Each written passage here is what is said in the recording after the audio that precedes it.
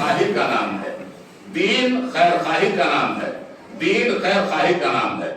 کبھی کبھار ہمارے نبی جناب محمد عربی صلی اللہ علیہ وسلم اپنی باتیں لوگوں کے ذہنوں میں اتارنے کے لیے ایک بات کو 3 بار دہراتے تھے تاکہ لوگ توجہ کے ساتھ میری طرف اپنے ذہن کو گھما لے پھرا لے اور میری باتیں ان کے ذہنوں میں اتر جائیں۔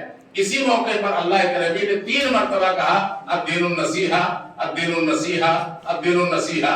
اے میری امت کے لوگوں، اے میرے وقت کے صحابہ سن لو، دین یہ خیر خواہی کا نام ہے، دین خیر خواہی کا نام ہے۔ خیر خواہی کا معنی ہے بھلائی۔ اب وہ کون سی بھلائی ہے؟ اللہ کے نبی نے اس کے اندر بیان فرمایا ہے، کہتے ہیں قلنا لمن یا رسول اللہ، ہم نے کہا اے اللہ کے رسول خیر خواہی کس کے لیے کی جائے، کس کے لیے خیر خواہی ہے؟ اللہ تبارک و تعالیٰ کے پیغمبر نے بیان فرمایا پہلے نمبر پر للہ، ایک بندے مومن اللہ کا خیر خواہ ہو۔ دوسرے نمبر پر اللہ کے نبی صلی اللہ علیہ وسلم نے بیان فرمایا وَلِرَسُولِهِ، اور ایک بندے مومن اس کے رسول کے لیے خیر خواہ ہو۔ تیسرے نمبر پر وَلِكِتَابِهِ، اللہ رب العالمین کی کتاب کا خیر خواہ ہو۔ اور چوتھے نمبر پر وَلِأَئِمَّةِ الْمُسْلِمِينَ، جو مسلمانوں کے امیر ہو، جو مسلمانوں کے امام ہو، جو مسلمانوں کے بادشاہ ہو، ان کے لیے خیر خواہی۔ اور پانچویں نمبر پر وَعَامَّتِهِمْ، ہر ایک کے ساتھ، ہر ایک کے ساتھ، عام لوگوں کے ساتھ خیر خواہی کرے۔ اللہ سے خیر خواہی کا کیا معنی ہے؟ اللہ سے خیر خواہی کا معاملہ یہ ہے کہ بندہ اپنی ساری عبادتیں نہایت اخلاص کے ساتھ اللہ کے لیے ادا کرے، یہ ہے خیر خواہی۔ اور جب بندہ اللہ کی عبادت کے لیے منہمک ہو جائے گا تو اللہ رب العالمین کی وحدانیت کا اقرار کرے گا، اس کو کسی کا شریک نہیں ٹھہرائے گا، گویا کہ اللہ کو وحدہ لا شریک سمجھتے ہوئے اللہ کی عبادت کرے بندہ نہایت اخلاص کے ساتھ، یہ ہے اللہ رب العالمین کے ساتھ خیر خواہی۔ اب اگر صرف اسی پر گفتگو کرو تو خطبہ جمعہ ختم۔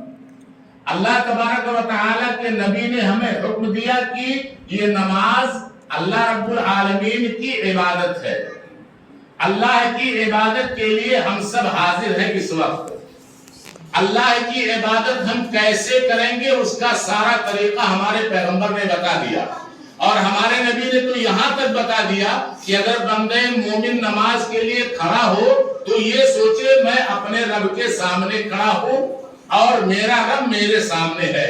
لیکن اگر دماغ میں یہ بات آ جائے کہ جو گفتگو میں کر رہا ہوں، جو باتیں میں کر رہا ہوں، میرا رب میرے سامنے موجود نہیں دکھائی دیتا، تو یہ کم سے کم سوچ لے اپنے ذہن میں کہ میں جو باتیں کر رہا ہوں دکھائی تو نہیں پڑتا لیکن سن رہا ہے میرا رب۔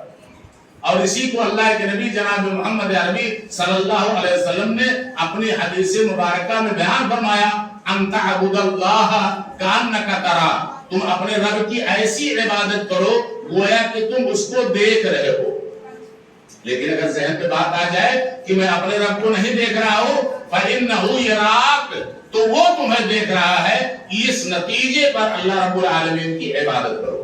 اب اللہ رب العالمین کی عبادت ہم اگر کرنے کے لیے آئے ہیں تو دین اور خیر خواہی جس چیز کا نام ہے وہ یہ ہے کہ ہم میں سے ہر فرد کو یہ معلوم ہونا چاہیے کہ ہم نماز میں کون سی دعا پڑھ رہے ہیں، اس دعا میں اللہ رب العالمین سے ہم کیا کہہ رہے ہیں، ہمیں اس کا معنی اور مطلب معلوم ہے، نہیں معلوم ہے تو ہمیں یاد کرنا چاہیے۔ ابھی آخر میں ایک واقعہ آپ کو سناؤں گا۔ اللہ کے نبی جناب محمد عربی صلی اللہ علیہ وسلم نے بیان فرمایا وَلِرَسُولِهِ، رسول کے ساتھ خیر خواہی۔ رسول سے خیر خواہی کا معنی یہ ہے کہ اللہ کے رسول صلی اللہ علیہ وسلم نے جو کہا ہے وہ من جانب اللہ ہے، اللہ کی طرف سے ہے، جو حکم آیا ہے وہ اللہ کا ہے، نبی نے اپنی زبان سے نکالا ہے، اسی کا نام حدیث ہے۔ گویا کہ ہم اللہ رب العالمین کے تمام اوامر جس کو ہمارے نبی نے بتایا ہے اس پر عمل کریں، اور تمام نواہی جن سے روک دیا اس سے رک جائیں، یہ ہے وَلِرَسُولِهِ کا معنی اور مطلب۔ پھر آگے چل کر اللہ تبارک و تعالیٰ کے پیغمبر نے بیان فرمایا کہ ولی کتاب ہی، قرآن کے ساتھ، اللہ کی کتاب کے ساتھ خیر خواہی۔ خیر خواہی کا یہ معنی ہے کہ ہم اس کے ایک حرف کو ضائع نہ ہونے دیں۔ ایک حرف کا معنی بدل جاتا ہے اگر ہم اس کو چھوڑ دیں گے۔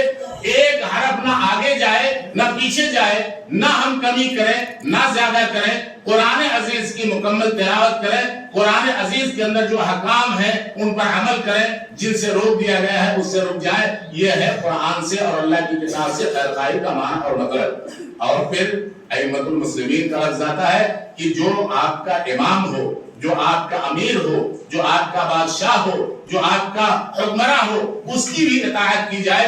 اگر وہ خیر خواہی کے جذبے سے اللہ کے لیے، رسول کے لیے اور دین کے معاملات کو سامنے رکھ کر کوئی فیصلہ سناتا ہے اور وہ آپ کے حق میں نہیں بھی آتا ہے، لیکن حق اللہ کا ہے، حق رسول کا ہے، حق کسی انسان کا ہے، سچ فیصلہ سناتا ہے، ہم اسے تسلیم کر لیں، قبول کر لیں۔ یہ ہے اصل خیر خواہی کا مطلب۔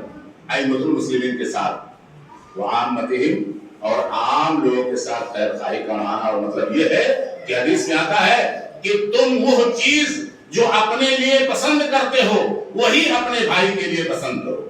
یہ حدیث کا لفظ ہے۔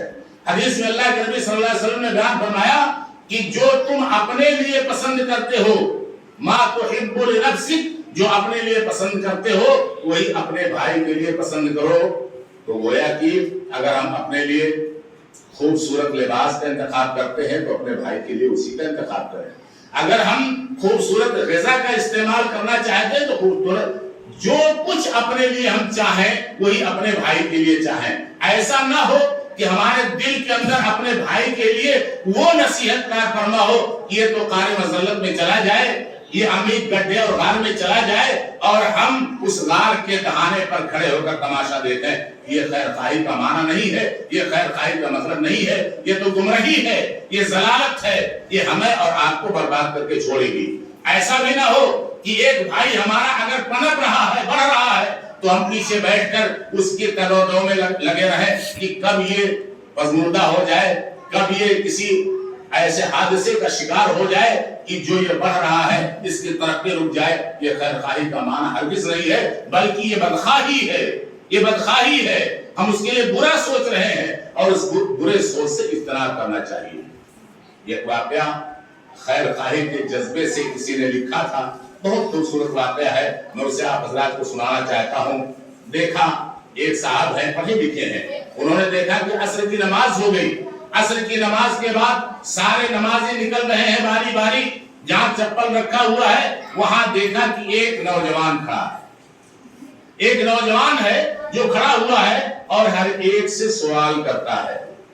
حیرت کی انتہا نہ رہی کہ جس سے بھی سوال کرتا ہے کچھ کہتا ہے اور گزر جاتا ہے، کان میں آواز ان کے آتی نہیں ہے۔ انہوں نے سوچا کہ یہ نوجوان ہے، لگتا یہ ہے کہ یہ سوال کر رہا ہے، یعنی مانگ رہا ہے، لیکن کسی کو کچھ دیتے ہوئے نہیں دیکھا۔ لوگ کیا کہتے ہیں گزر جاتے ہیں، اس آدمی کے ہاتھ میں کچھ رکھتے بھی نہیں ہیں اور وہ ایک کاغذ کا ٹکڑا لیے ہوئے ہے اور اس کاغذ کے ٹکڑے پر کچھ نوٹ کر رہا ہے۔ ہر ایک گزر جاتا ہے پھر کچھ نوٹ کر لیتا ہے، پھر جاتا ہے پھر گزر جاتا ہے اور اس کے بعد نوٹ کر لیتا ہے۔ یہ کہتے ہیں میں نے خیر خواہی کے جذبے سے متاثر ہو کر یہ سوچا کہ نوجوان ہے، اسے نصیحت کرنی چاہیے کہ میرے بھائی آپ کی عمر ابھی مانگنے کی نہیں ہے، آپ ابھی سوال نہ کرو، آپ محنت کرو، آپ کسب حلال کی فکر کرو، آپ ترقی کرو گے۔ مانگنا یہ اپنے آپ کو رسوا کرنا ہے، مانگنا اپنے آپ کو ذلیل کرنا ہے۔ اور حدیث میں آتا ہے الید العلیٰ خیر من ید السفلیٰ، دینے والا ہاتھ اوپر ہوتا ہے، لینے والا ہاتھ نیچے ہوتا ہے۔ اس میں بھی ذلت ٹپکتی ہے اور دکھلائی دیتی ہے۔ اس لیے جذبے سے سرشار ہو کر اس بندے نے سوچا کہ لاؤ اپنے اس بھائی کو دین کی طرف نصیحت کریں کہ میرے بھائی آپ نہ مانگو، ابھی آپ کی عمر مانگنے کی نہیں ہے، مت سوال کرو کسی سے۔ لیکن یہ کہتے ہیں جب میں جا کے وہاں پہنچا تو میرے اس بھائی نے، جس کو میں نے یہ سمجھ کے کہ یہ سوالی ہے، یہ فریاد کرنے والا ہے، یہ بھیک مانگنے والا ہے، جب میں اس کے پاس پہنچا تو اس نے مجھ سے بھی سوال کر لیا۔ جب اس نے سوال کیا تو یہ سوال کیا کہ میرے بھائی آپ بتائیے کہ نماز کے اندر جو سمع اللہ لمن حمدہ پڑھا جاتا ہے، سمع اللہ لمن حمدہ کہتے ہوئے امام کھڑا ہوتا ہے، اس کا معنی آپ ہم کو بتا دیجئے۔ انہوں نے سوچا کہ میں نے تو کچھ اور سوچا تھا اپنے اس بھائی کے لیے، میرا ذہن تو اس طرف گیا تھا کہ شاید یہ بھیک مانگ رہا ہے، یہ سوال کر رہا ہے، لیکن اس نے سوال بھی کیا تو بڑا خوبصورت سوال کیا۔ کہتے ہیں کہ میں نے اس کو جواب بتلایا کہ سمع اللہ لمن حمدہ کا معنی یہ ہے کہ اللہ تبارک و تعالی نے اس شخص کی پکار کو سن لیا جس نے اس کی تعریف کی، یہ اس کا معنی ہے۔ سمع اللہ لمن حمدہ کا معنی یہی ہے کہ اس شخص کی پکار کو اللہ رب العزت نے سن لیا جس نے اس کو پکارا، جس نے اس کی تعریف کی، جس نے اس کی تعظیم کی، جس نے اس کی بڑائی بیان کی، اس کی بڑائی بیان کرنے کو اس کے رب نے سن لیا۔ یہی سمع اللہ لمن حمدہ کا معنی ہے۔ کہتے ہیں کہ میں نے اس کو بتلایا اور وہاں سے گزر گیا، اور دور گیا، مڑ کے دیکھا ابھی وہ اپنی جگہ پر کھڑا ہے اور کھڑے ہو کر جو آ رہے ہیں ان سے کچھ پوچھ رہا ہے، پھر اپنی ڈائری پر نوٹ کر رہا ہے۔ میں نے سوچا اپنے دل کے اندر کہ شاید میں نے جو بات بتائی ہے، جو ترجمہ بتایا ہے، شاید اس کو اچھا نہیں لگا، یا اس نے اسی چیز کو اوروں سے پوچھنا شروع کیا ہے کہ دیکھیں یہ شخص صحیح جواب بتا پایا ہے یا نہیں بتا پایا ہے۔ میں اپنے دل کے اندر یہ باتیں سوچ رہا تھا کہ سارے لوگ نکلنے لگے اور میں نے دیکھا کہ اب وہ بھی اپنا چپل اٹھا رہا ہے، جانے کی فکر میں ہے۔ تو میں واپس آیا اور میں نے اس بھائی سے پوچھا کہ میرے بھائی، جب میں نے آپ کو معنی اور مطلب بتا دیا تو کیا یہ معنی اور مطلب آپ کو صحیح نہیں لگا؟ آپ دوسروں سے وہی معنی اور مطلب پوچھتے رہے؟ کہا کہ میرے بھائی سنو، آپ نے جو بتلایا ہے وہ مجھے